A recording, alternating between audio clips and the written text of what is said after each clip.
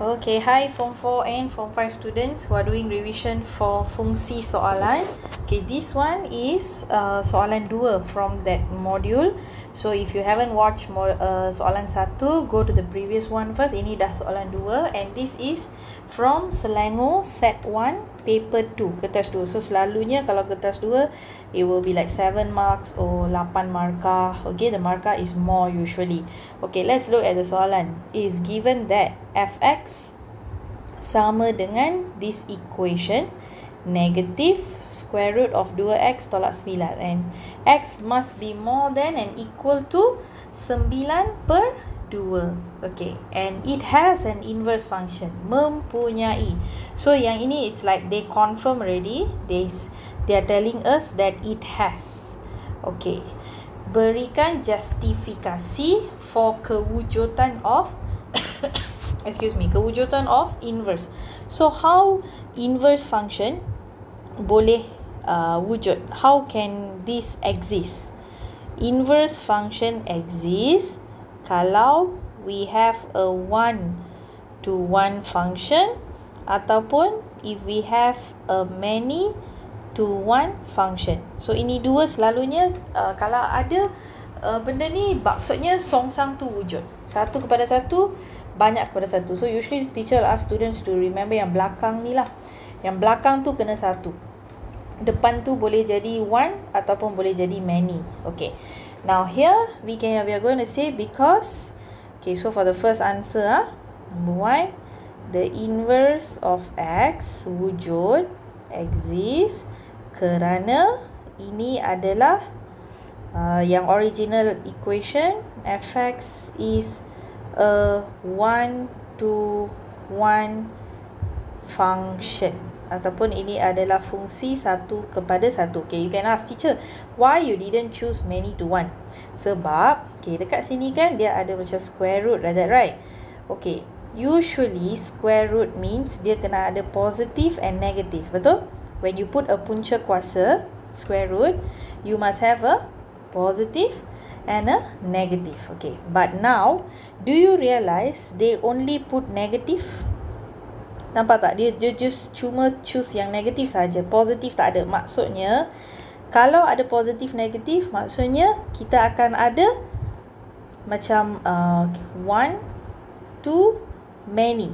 Kita akan dapat banyak jawapan, many answers. Tapi sekarang disebabkan positif no more, only negative, so yang belakang ni dah tukar jadi one to one. That means one object akan ada one image only. Kalau sebelum ni, if let's say there was a plus and minus means, that means bila kita masukkan satu objek, kita akan dapat dua image. Faham tak? Kita akan dapat a positive image and a negative image. So that is why over here kita write down as 1-to-1. Okay, one object, one image. Okay, next one. Determine the inverse and then we kena cari the domain. Okay, let's find the inverse. Okay, untuk cari dia punya songsa, okay, let's start with let y lah. Kita buat let y, okay? Okay. Kita copy down first. Fx negative cert 2x tolak 9. Okay, kita buat bry. Dalam bahasa Inggeris, let y. Okay, let y equals to this. 2x minus 1. Okay, negative bawa ke depan dulu. Pindah the negative first. So, negative y. Okay, then pindah the square root, go in front. So, becomes negative y kuasa 2. Okay, so if I kuasa 2, the negative will become y power 2, isn't it? Y kuasa 2 already, ya. Okay, sekarang kita ungkapkan. Okay, we ungkapkan the x. Dalam bahasa Inggeris, ungkap means is like express. That means jadikan x sebagai subjek. Okay, I'm going to make x as the subject here now. Okay, so I'm going to pindah the 9 in front. So 2x, then I'm going to pindah the 2. So that means it's going to be y square plus 9 over 2. Okay, the moment teacher dah dapat jawapan, this is my songsang. Faham tak? Okay, this is already my songsang. So, I can write down straight away F inverse. Change all the y, tukar y tu jadi x. X square plus 9 over 2. Okay, songsang dah dapat. Inverse we got already. But the question also asks us for something else, which is the domain. It needs the domain. So how do I give the domain? So far, dekat sebelum ni, that one, what is that? The domain all was given as 9/2, betul tak? Okay, sekarang we have to find the domain for this one pula. Okay, you must understand one concept here. Okay, teacher ajar that concept dulu. Let me use a different colour. Okay, sini fx. And then you have the songsang. Okay, you understand this concept first, then you akan tahu macam mana nak tulis the domain. Okay, okay, whatever object or whatever the domain is, dekat sini. Okay, ni dua sama kan? Object dengan domain kat sini sama je. Okay, is the image ataupun codomain when you songsang. That means contoh lah, if here 2 is your object, means if you put it at the songsang, the 2 is actually known as the image. Dia terbalik. Okay, tapi apa-apa yang image dekat sini ataupun the codomain kan, apa-apa yang image dekat sini akan menjadi objek ataupun akan menjadi domain apabila disongsangkan. So contoh, if let's say 4 was the image, means so when it goes to the inverse, dia akan jadi terbalik, dia akan jadi domain pula.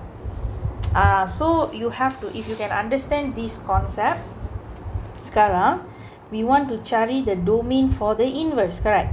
Kita nak domain untuk inverse. Jadi maka kalau kita dapat cari image bagi fx ni, okay, this fx, right, you can cari, means automatically that will be the answer.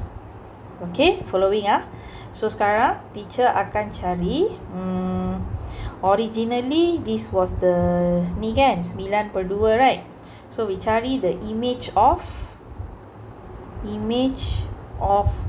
x 9/2, kita cari the image. Okay, so this is the object. Kita buat sekarang, we use this first, the fx first. Okay, don't worry about the songsang, just use the original fx dulu. Okay, so you ganti the x 9/2 into fx. Okay, so what was our fx just now? Negative square root 2x, right? Okay, x is, so we ganti here 9/2 minus 9. Okay, 2 minus 9. Okay, here cut negative, so dapat 9 tolak 9. Oh, 9 tolak 9 is kosong already. Negative square root of kosong lah kan? Okay, so this is the image, betul? Okay, this is the image. So actually your image is 0. Kalau 9/2, objek dia, image dia adalah kosong, maka now is the time for you to reverse this. So this kosong actually adalah the domain when it is in the songsang of the inverse. Understand? So this kosong actually will be here lah.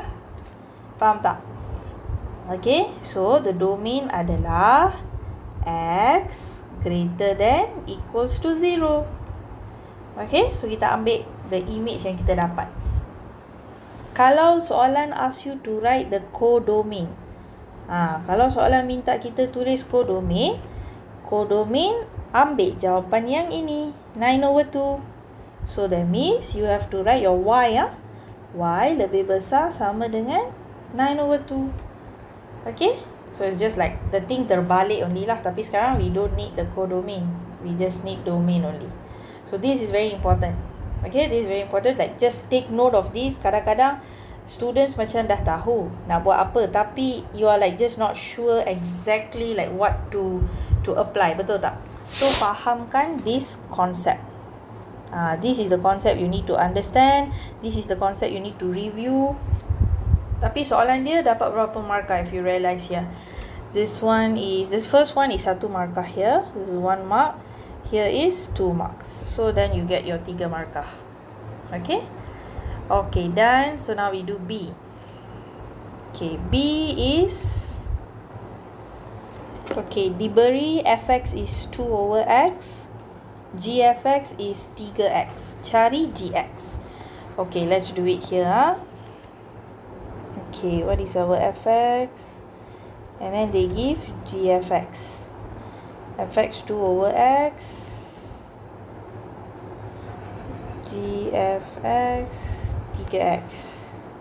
Okay, we have to find gx. Okay, now when you have like this question, this is a composite kan, fungsi gubahan.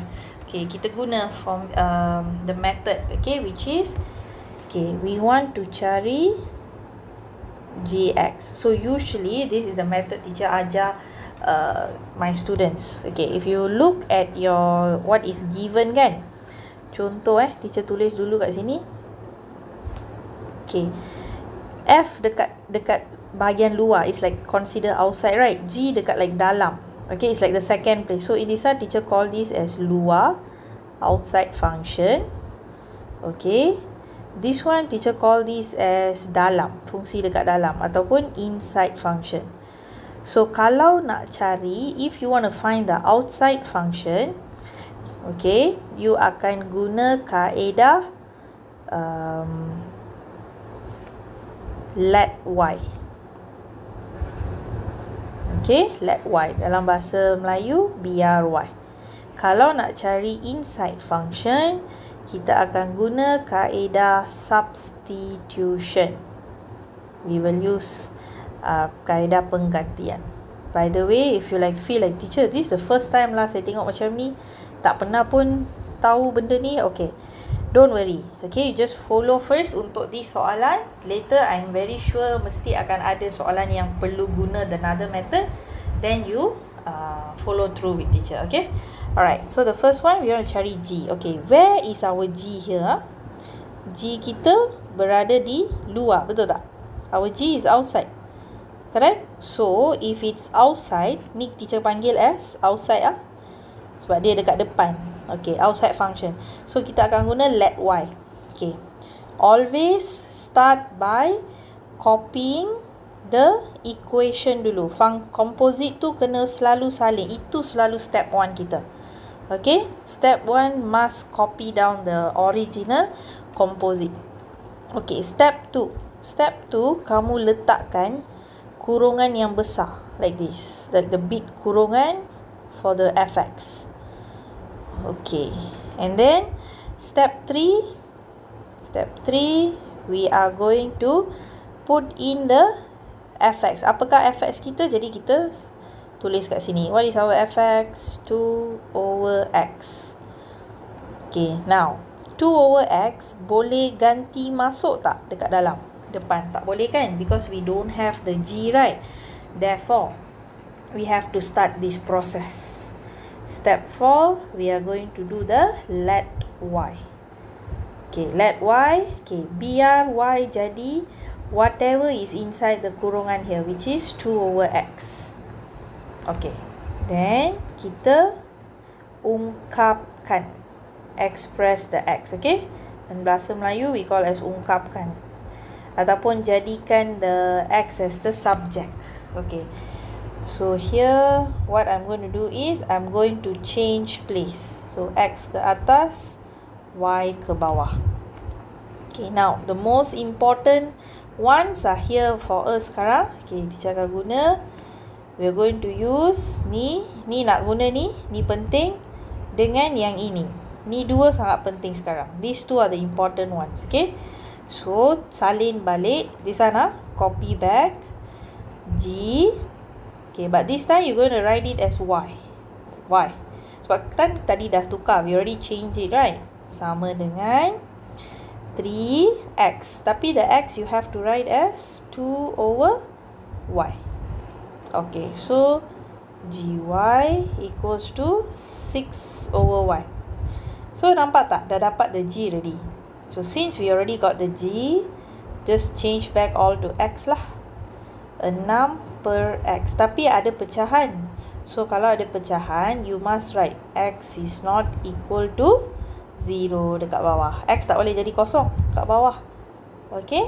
So if all this is done, here kita akan dapat this thing, okay, 1 markah, kemahiran 1 markah, then your final answer N1 1 markah. Okay, so this was 2 marks question. Second one, find G 2N tambah 1X.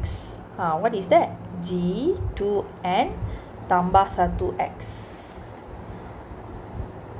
G 2N tambah 1, then the whole thing here, X. Okay, if you realize here, okay, kalau tengok dekat sini, dia macam kuasa kan? Okay, so far, yang kita ada gx, kita ada tak? Do we have gx? Yes, tadi dah dapat, right? So I just write down first 6 over x. Okay, do we have g square? Ada tak? Do we have g square? Kita tak ada. Okay, kita boleh cari, quickly kita boleh cari. Kita ambil gx, okay? So apakah gx kita? 6 per x. 6 per x ni we ganti inside here. Nak ganti kat mana? Which part are you going to ganti? You're going to ganti dekat mana? Dekat x. Where there is x? Here kan? So you must ganti inside there lah. Okay? You must ganti inside there. So you copy down 6 over x. Macam ni. Okay, 6 over x. Following Okay, kalau macam ni, sometimes students macam, teacher, macam ni macam mana nak solve? Okay, this one teacher just bagi tahu, if you get like this is how you actually solve it. Because sometimes you don't know how to key in calculator kan?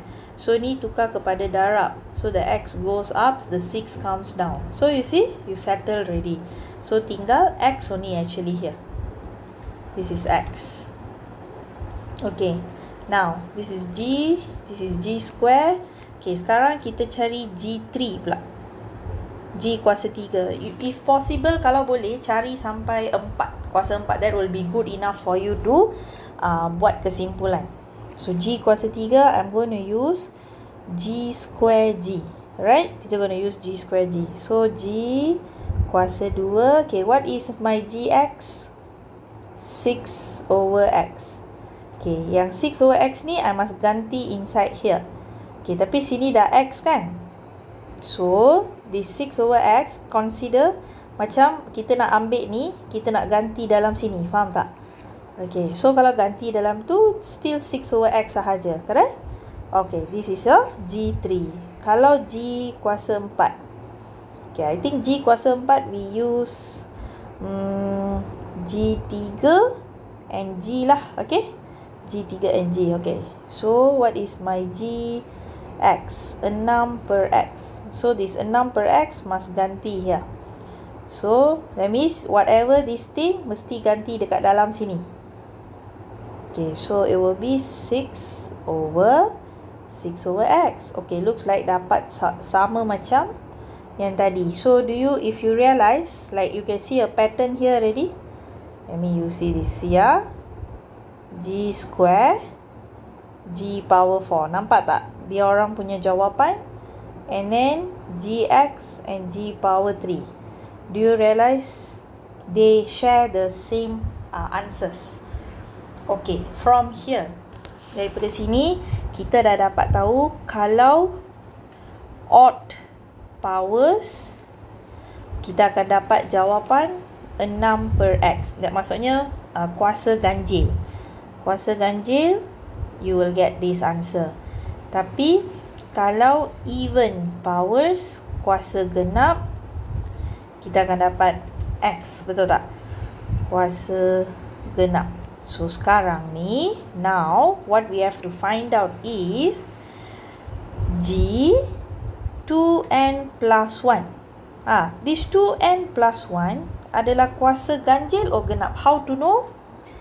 you ganti the N starting from 1, 2, 3 macam tu. Cuba ganti. Okay, contoh teacher ganti N1 ah. Okay, I'll get 3. Then I ganti 2. I'll get 5. Then I ganti 3. What kind of powers are we getting? This is odd. Ni ganjil. Ganjil. Ganjil. So that means we are getting power yang ganjil. So kalau dah tahu, you can already like show this is always getting ganjil. Therefore, final answer 2n tambah 1x mesti akan dapat 6/x. Okay, so we're going to take this jawapan. Faham tak? Kita akan ambil jawapan ni. And don't forget to write x is not equal 0. So here you get your full marks. Boleh? For second one, so total here we have 4 marks lah overall. Dapatlah 4 markah. So you realize or not? 4 and 3, 7 marks. That's a lot for 7 marks. Tapi the concept's the most important thing. Okay? Make sure faham concept. Okay, I hope that this video helps you. Let me know in the comment. Give teacher like and also share dengan kawan-kawan supaya ramai lagi boleh score for ADMATS this year. Sebab kita memang kesuntukan masa, so we try to revise as much as possible. Okay? See you all soon. Take care.